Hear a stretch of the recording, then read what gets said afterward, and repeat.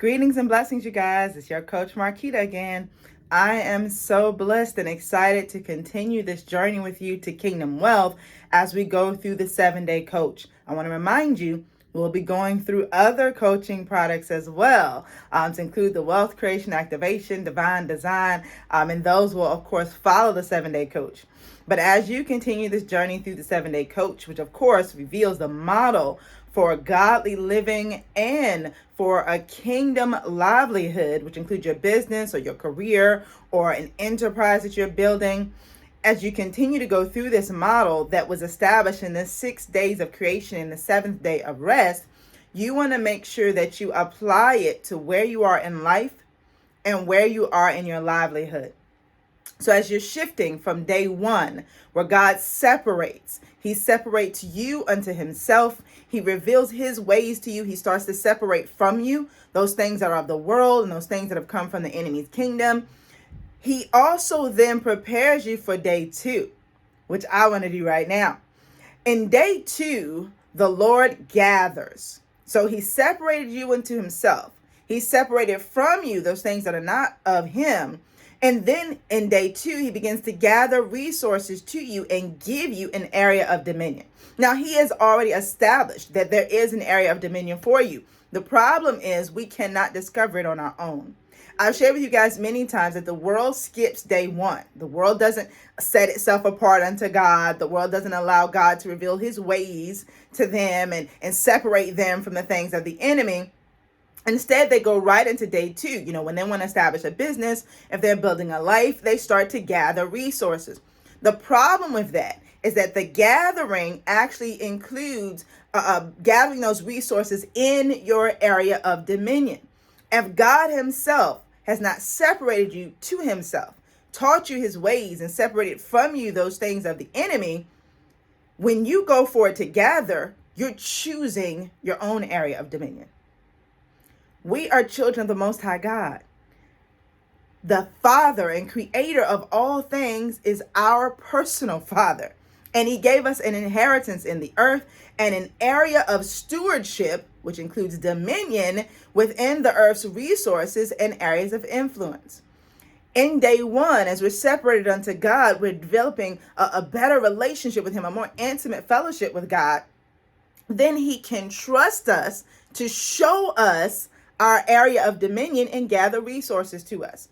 When we skip day one, as the world tends to do, we're like the prodigal son who says before he's ready, give me my share of the inheritance. And he goes out and he squanders it because he didn't allow his father to teach him to be a good steward so that he could really steward those resources well. He could make them sustainable so that they would grow and continue to multiply.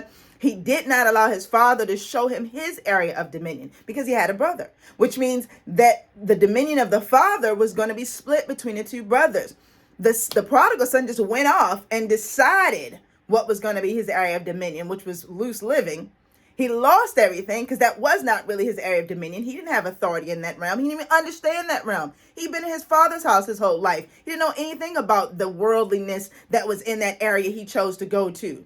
In the same way, if we skip day one and we just decide, I want to have this type of business or this type of career and I want to have this type of life, but we've not had a day one experience where we have an intimate encounter with God and he reveals himself to us and also shows us ourselves, how we're designed, gives us an identity, then we're picking an area of dominion.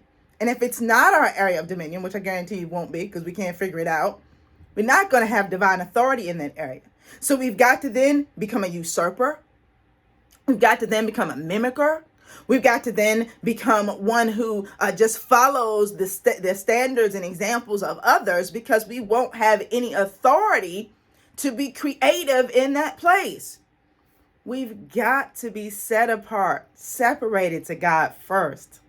Then as we get to know our Father and we get to know ourselves through his eyes in day one, he will send us into day two and he'll say, this is your area of dominion. He did it for Abraham. He said, go to the land that I will show you. Abraham didn't know anything about Canaan, but God had said, this is going to be your area of dominion.